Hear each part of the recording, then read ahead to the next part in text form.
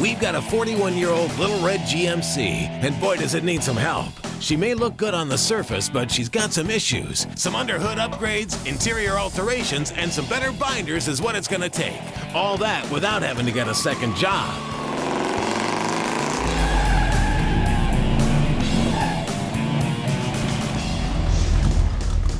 I know what you're thinking, but it's not a Chevelle. It's not an El Camino either. For that matter, it's not even a Chevy. This lumping and bumping old gal is what they call a GMC Sprint. This lesser known cousin of the El Camino is also our project of the day. It's a 71 model, and who knows how many times the odometer's rolled over on it, but we did manage to pick it up for 5,500 smackers. Now that deal wasn't too shabby for a fairly original run and driving old car. The reason we got it so cheap is because it's not nearly as nice as most guys want. It's got several worn parts on it, but it still looks good. What we're going to do today is take this car and show you how to take a half-dead old mule and turn her into something a little more respectable, and hopefully make her run a little better too. First things first, we're going to start in the engine bay and we're going to pull the plug on the radiator. The antifreeze looks pretty good, and that's a good sign. We'll get the air cleaner and all these old belts out of the way, along with disassembling the throttle linkage so the car can come off. We know we want to replace this old style points distributor, so it goes away too. Finally, removing the valve covers and the intake will get us down where we want to be. Well guys, as you can see, the carburetor we just took off of the old GMC has seen better days. It's not beyond help though. It's got all the usual leaks in the usual areas, which means the carburetor's probably been sitting for a while at one point and dried up. We're going to go ahead and throw a kit at this thing and freshen it up a bit, which we'll show you sometime in the future. But for now, Tom's got something else he wants to show you. The intake that was on that motor is a high-performance Victor Jr. The problem is that thing's designed to flow a whole lot more than that little motor can pull in. It's got a power band that starts at 3,500 and goes to 8 grand, which is a pretty common mistake. People buy go-fast parts that aren't matched to their engine's capabilities, which cost them power. We're going to replace it with this POWERBLOCK Performer RPM air gap intake. Now this thing's a lot more streetable than that big old Victor Jr., but make no mistake, it'll wake up that old 350. I'm going to start off by using some Scott Pro shop towels to make sure no gunk falls down into my lifter valley. I'm also going to use some to plug up the ports and keep the cylinders clear. I dab a Loctite sealant around the water ports, lay down some Mr. Gasket intake gaskets, seal the valley, and then we commence to setting down that big old pretty shiny intake. Then we're going to take and fasten everything down with some ARP bolts.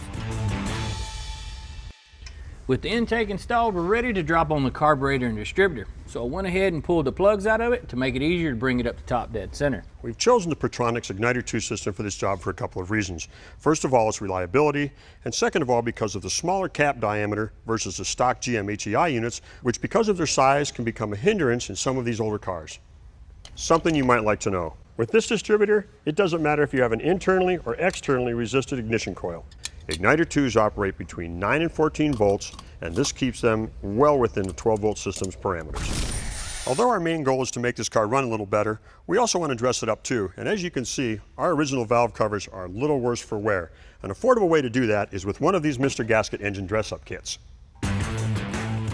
These kits also come with a variety of other shinies that can give you a little more visual appeal, such as the dipstick, timing cover, timing tabs, and a chrome breather.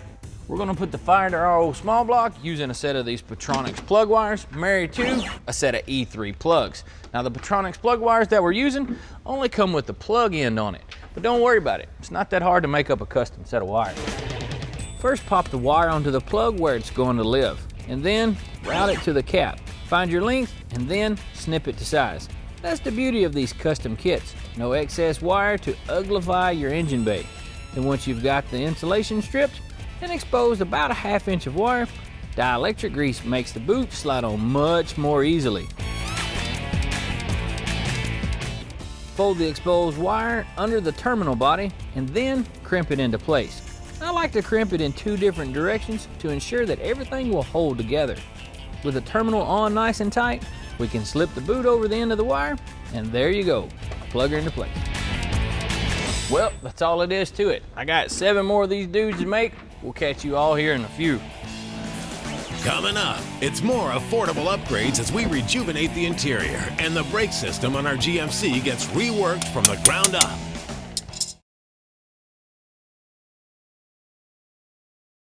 Hey guys, we're buttoning up the cooling system on our oddball GMC Sprint. If you remember, when we popped the cork out of our radiator, the coolant that came out looked really good. It was bright green with no debris in it. We got lucky here, but that's not always the case. Sometimes you pull the plug on these things, what comes out looks more like mud than antifreeze. So you're thinking, I need to flush the system, and I can use some chemical to do that. That's not necessarily what you really need to do. The reason is, on an older car like this one, or a car that's got a bunch of miles on it, there can be some corrosion in the cooling system. And then whenever you go in there and chemically strip all that stuff out, next thing you know, the water pump or intake's leaking, or the radiator's leaking. So be prepared to change some parts, or just flush the system with some water and then treat the system. You can do that with DEI Radiator Relief. It will lubricate and protect, in addition to reducing your peak operating temperature by as much as 30 degrees.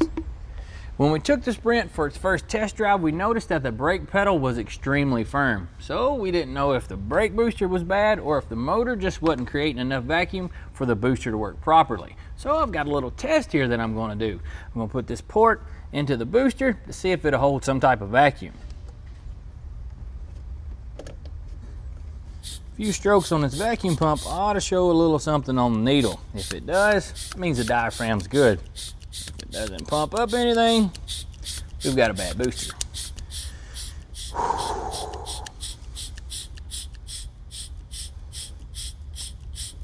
Yep, we got a bad booster.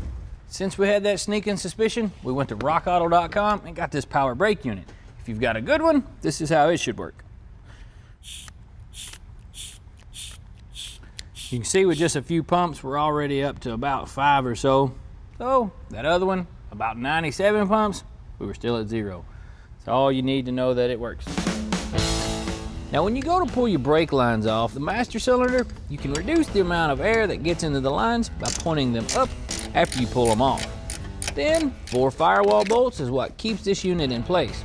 I'm also going to recycle the fork from the old booster. And since the new unit came in raw metal, it's all going to get a coat of duplicolor etching primer and some cast coat iron enamel.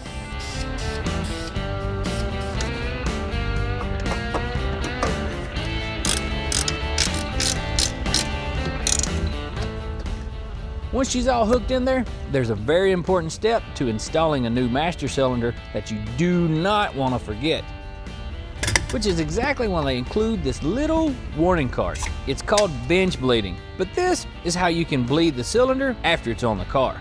Put some brake fluid in the reservoir, and then with the pedal hooked up, lightly actuate the booster's plunger, which will force the air out of the cylinder's lines.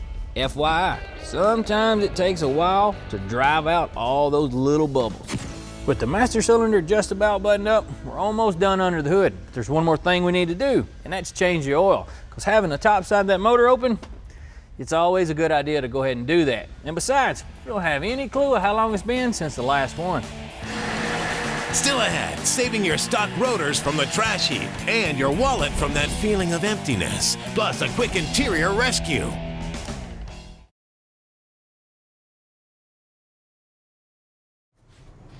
Hey guys, welcome back. We took our GMC Sprint rotors down to the local O'Reilly to have them turned.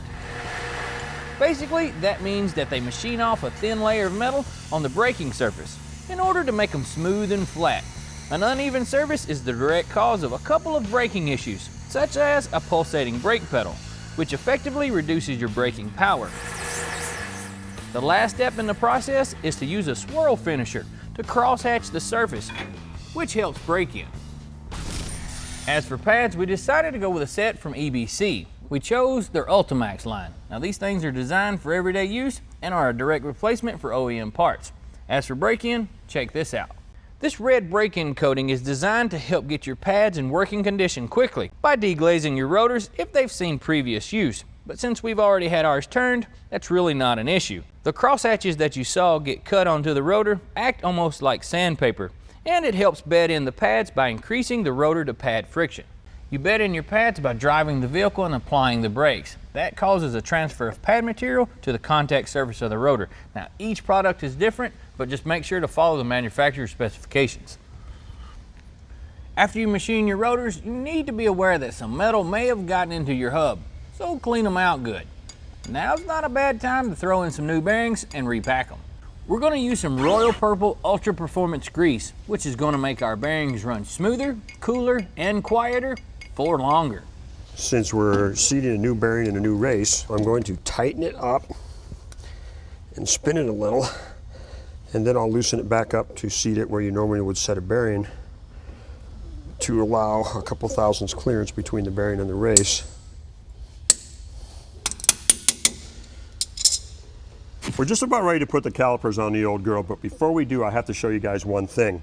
When we got her in here, the steel line bracket on the chassis that holds the rubber hose on the front end was not on the car. It needs to be there because of vibration. If the steel line is not connected, there's a danger of it cracking right at the fittings between the line and the hose itself.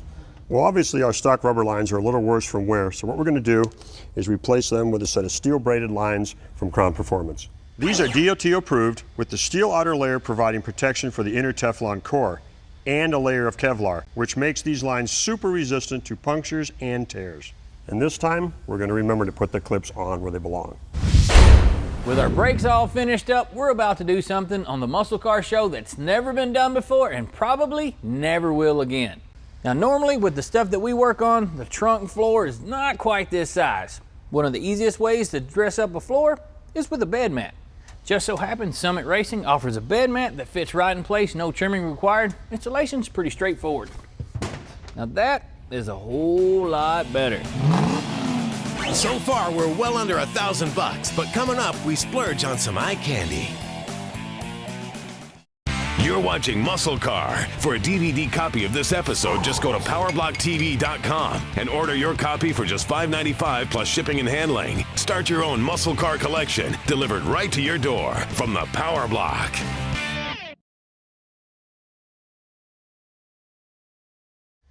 Well, alrighty, we have revived and re-beautified under the hood, touched up the brakes, and covered up some of the ugly in the bed of our project for today, this 71 GMC Sprint. But there's a few more items that we want to touch on to bring this car up to par. This is a perfect example. The corner lights and bezels on this thing are cracked, broken, and flaking. Heck, not to mention, one's for a 71, one's for a 72. We can set it right pretty easy though. A quick look at year one's catalog, and we had some replacement lenses on our doorstep. After we got the screws off, we also discovered that somebody had painted the reflector red. That ain't right, son. So we masked it off and hit it with some silver duplicolor. This is going to help it function a lot better, as well as being closer to that stock appearance. The bezels that came on it are incorrect, but nobody makes them for a 71 GMC Sprint. We've sanded down the ones we have and painted them silver. Overall, that's a pretty big improvement for 10 minutes worth of work. Now Mank can hop over, jump on that interior.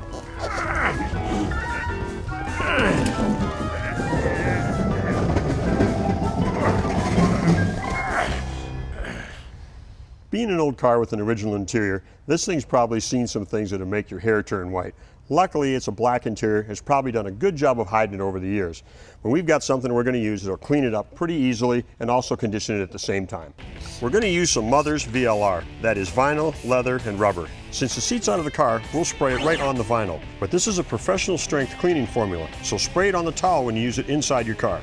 And while it's cleaning, it'll recondition and protect against drying, fading, and cracking. The old carpet in this car isn't the most impressive part about it. And this floor hasn't seen the light of day probably since '71.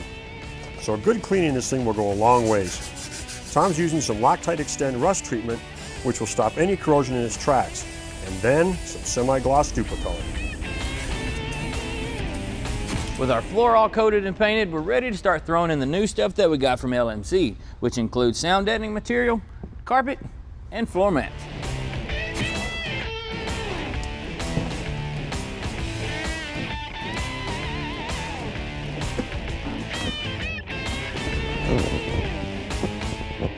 Now, I don't have to tell you guys that depending on which type of wheels you pick out for a ride, gives your car a certain type of personality.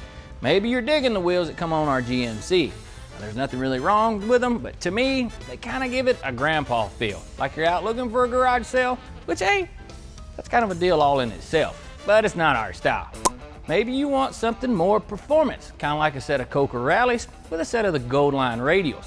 Now those things give it a real performance feel, and at the same time, kind of looks like it dialed the clock back, like to 1971 almost. They look pretty sweet.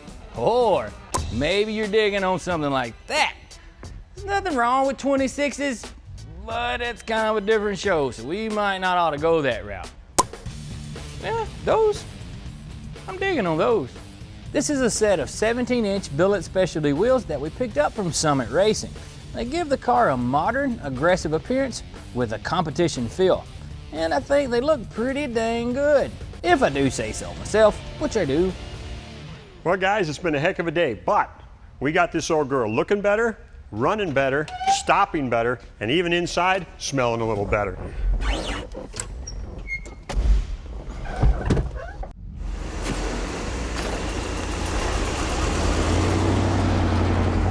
Seems as though we've cured our hard brake pedal and the pulsation.